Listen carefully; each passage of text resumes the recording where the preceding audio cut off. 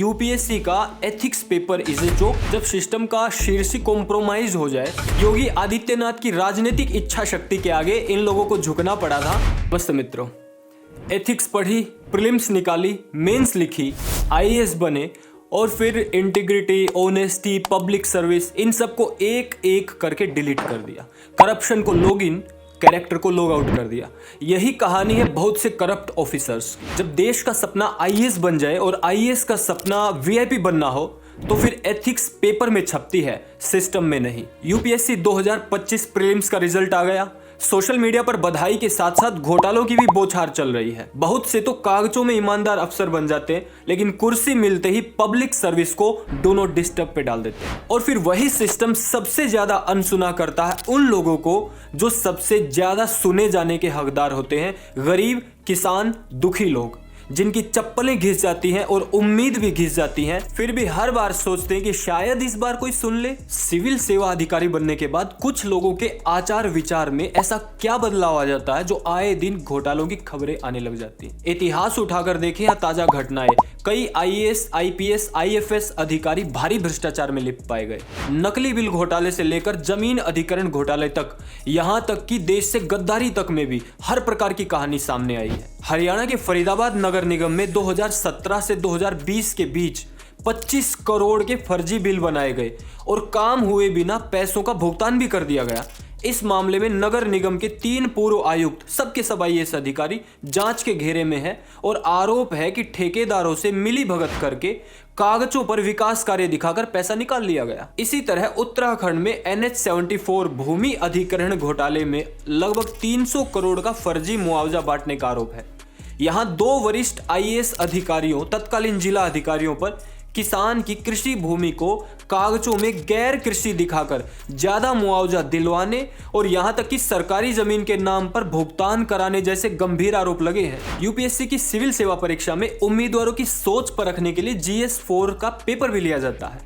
इतना ही नहीं, ट्रेनिंग के दौरान मंसूरी स्थित लबासना अकेडमी में नए अफसरों को नैतिकता और ईमानदारी के कड़े सबक दिए जाते हैं। उसके उपरांत भी नैतिक पतन की कहानियां थमने का नाम नहीं ले रही हैं। हाल ही में उड़ीसा में 2021 बैच के एक युवा आईएएस अधिकारी धीमन चकमा को उनके सरकारी आवास पर 10 लाख रुपए की रिश्वत लेते हुए रंगे हाथ गिरफ्तार किया गया। ध्यान देने वाली बात यह है कि चकमा ने कुछ ही साल पहले अपनी आईएएस की प्रारंभिक ट्रेनिंग पूरी की थी, जिसमें सिविल सेवा के मूलभूत मूल्य और एथिक्स भी पढ़ाए गए थे। ट्रेनिंग के हिस्से के रूप में यूपीएससी का वही GS4 एथिक्स पेपर भी था, जिसको उत्तीर्ण करके वह अधिकारी बने। लेकिन चकमा ने नौकरी शुरू होते ही बड़े स्तर पर घूसखोरी शुरू कर दी। झारखंड के एक सीनियर आईएएस विनय कुमार दुबे पर 38 करोड़ के लिकर एक्साइज धोखाधड़ी के आरोप हैं। एसीबी और ईडी ने केस दर्ज किया। यह दिखाता है कि कैसे एक्साइज के नियम बदलकर रिश्वतखोरी की बड़ी कमाई की जाती है। 2004 में गुजरात के एक आईएएस अधिकारी प्रदीप शर्मा को सरकारी जमीन विकास घोटाले में दोषी करार दिया गया। उन्हें 5 साल की जेल हुई। ऐसे केस न केवल हैरान करते हैं बल्कि कटाक्ष करने पर मजबूर करते हैं कि यूपीएससी का ethics paper is a joke, क्या ये मजाक बन गया है? ऐसे ऐसे करप्शन केसेस की लिस्ट बहुत लंबी है। यह बात तो साफ है कि किताबी नैतिकता और वास्तविक जीवन के लालच की खाई को पाटने में एज ए सोसाइटी हम कहीं ना कहीं नाकाम रहे हैं। हाल ही में एक प्रशिक्षु आईएएस अधिकारी पूजा खेड़कर पर आरोप साबित हुआ कि उन्होंने ओबीसी और दिव्यांग कोटा के लिए फर्जी प्रमाण पत्रों का सहारा लेकर परीक्षा पास की।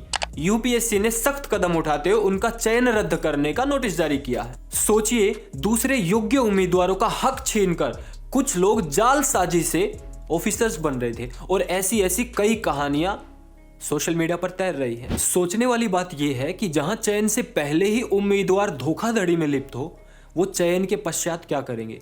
ये प्रश्न मैं आप सभी पे छोड़ता हूं। जिस परीक्षा में सिद्धांततः ईमानदार और योग्य उम्मीदवारों को प्रशासन में लाने की बात होती है, वहीं से चयनित अफसर या तो कुछ ही वर्षों में भ्रष्टाचार के आरोप में फंस जाते हैं या फिर वो सिस्टम का हिस्सा बनकर नैतिक मूल्य भुला देते हैं। निश्चित ही हर ऑफिसर भ्रष्ट नहीं होता। कई कर्तव्यनिष्ठ लोग आज भी ईमानदारी से जनता की सेवा में जुटे हुए, लेकिन चंद रोटन एग्स पूरे तालाब को गंदा कर देते हैं। भ्रष्टाचार का एक और गंभीर पहलू है ट्रांसफर पोस्टिंग के लिए रिश्वतखोरी। अफसरों को मनचाही पोस्टिंग, प्लम पोस्टिंग आसानी से नहीं मिलती, इसके लिए भी गैर कानूनी बोलियां लगती हैं। एक रिपोर्ट के अनुसार कई लोक सेवक लुभावनी पद स्थापनाओं, प्लम पोस्टिंग्स के लिए नेताओं को सीधे लाखों करोड़ों रुपए तक घूस देते हैं ताकि मनचाहा जिला या विभाग उनको मिल सके। बाद में वही अफसर उन पैसों को जनता से भ्रष्टाचार करके पूरा करता है। जब सिस्टम का शीर्षी कॉम्प्रोमाइज हो जाए तो निचले स्तर पे करप्शन का होना आम बात है। इससे ईमानदार ऑफिसर्स का मनोबल तो गिरता ही है, टूटता ही है। जनता का भी सिस्टम से भरोसा उठ जाता है। 1996 में बिहार में हुए चारा घोटाला, फॉडर स्कैम, जिसमें 500 से ज्यादा अधिकारी पॉलिटिशियन शामिल थे। उन्होंने करोड़ों रुपए के सरकारी फंड को गाय चारे जैसे नकली बिलों के जरिए उड़ा दिए थे। इससे यह पता चलता है कि बिना इन ऑफिसर्स के साइन के एक नेता भी नहीं लूट सकता है। ये पावर होती इन ऑफिसर्स की। आपने कभी ना कभी आईएएस लॉबी जैसे शब्द को जरूर सुना होगा। इस लॉबी की ताकत का अंदाजा इससे लगाइए कि मंत्रियों को भी कभी कभी इनके विरोध का सामना करना पड़ता है। उत्तर प्रदेश में जब योगी आदित्यनाथ की सरकार ने लखनऊ और नोएडा में पुलिस कमिश्नर प्रणाली लागू करने का निर्णय लिया था तो शुरुआती दौर में आईएएस लॉबी से स्टिफ रेजिस्टेंस देखने को मिला था। नए सिस्टम के तहत डीएम के हाथों से कानून व्यवस्था का अधिकार निकलकर पुलिस कमिश्नर आईपीएस को मिलना था और आईएएस अफसर को केवल राजस्व संबंधी कार्य देखने थे। जाहिर है अपने शक्ति क्षेत्र में कटौती कोई भी लॉबी नहीं चाहती है, लिहाजा शीर्ष सिविल प्रशासनिक अधिकारियों ने इस बदलाव का विरोध किया था। हालांकि योगी आदित्यनाथ की राजनीतिक इच्छा शक्ति के आगे इन लोगों को झुकना पड़ा था, लेकिन इससे ये पता चलता है कि ये लॉबी कितनी ताकतवर है कि जैसे ही इनके अधिकार क्षेत्रों पर कोई कटौती की जाती है तो तुरंत खड़ी हो जाती है।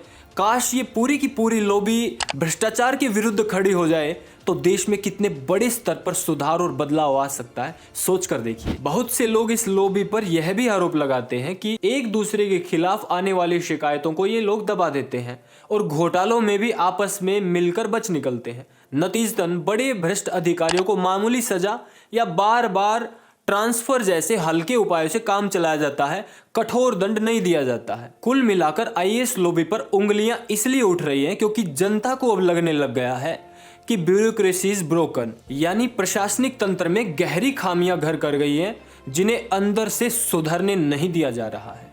तो अब सवाल ये नहीं है कि कौन बनेगा आईएएस, सवाल ये है कि सिस्टम कैसे बदलेगा। अगर ब्यूरोक्रेसी इज ब्रोकन तो उसको ठीक करने की जिम्मेदारी केवल सरकार की नहीं है, हमारी भी है। अफसरों पर ब्लाइंड ट्रस्ट छोड़कर जरूरत है अकाउंटेबिलिटी की मांग करने की। याद रखिए आईएएस आईपीएस कोई राजा नहीं है, पब्लिक सर्वेंट है। जब भी कोई स्कैम सामने आए आरटीआई लगाइए, सोशल मीडिया पर जाइए और लोगों को बताइए, जागरूक कीजिए। विशेषकर यूपीएससी एस्पिरेंट्स को बताइए कि सिलेबस पढ़ना ही पर्याप्त नहीं है, सिस्टम को समझना और बदलना भी आवश्यक है। और उन ईमानदार ऑफिसर्स का साथ दीजिए जो सिस्टम से लड़कर भी ऑनेस्टी को नहीं छोड़ते हैं, क्योंकि उन्हीं से उम्मीदें हैं। इस वीडियो को शेयर जरूर करना। राहुल आर्य यूट्यूब चैनल आपका अपना यूट्यूब चैनल है। इस वीडियो को लाइक करिए और कमेंट बॉक्स में अपने विचार अवश्य डालिए। ओम जय श्री राम, नमस्ते, जय हिंद।